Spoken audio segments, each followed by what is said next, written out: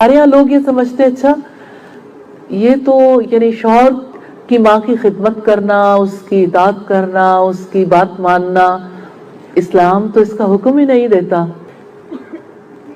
آپ پر تو سب سے زیادہ حق آپ کے شوہر کا ہے اور آپ کے شوہر پر اس کی ماں کا.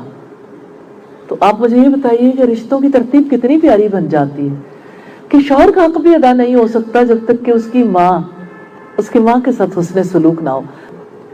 لیکن آپ مجھے یہ بتائیے کہ اگر بیوی پہ سب سے زیادہ حق شوہر کا ہے اور شوہر پر اس کی ماں کا، اور اس کی ماں شوہر سے کوئی مطالبہ کرتی ہے، تو بیوی کو کیا کرنا چاہیے؟ مخالفت کر کے وہ اللہ کی نافرمانی نہیں کرے گی.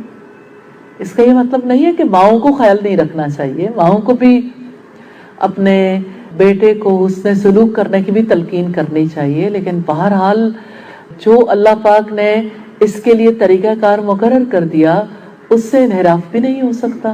سیدہ عائشہ صدیقہ نے اللہ کے رسول سے سوال کیا کہ اللہ کے رسول، ایک عورت پر سب سے زیادہ حق کس کا ہے؟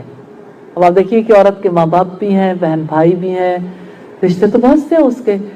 آپ نے فرمایا اس کے شوہر کا. تو حضرت عائشہ ذہین بھی تھی اور اپنا حق کسی قیمت پہ چھوڑنا بھی نہیں چاہتی تھی.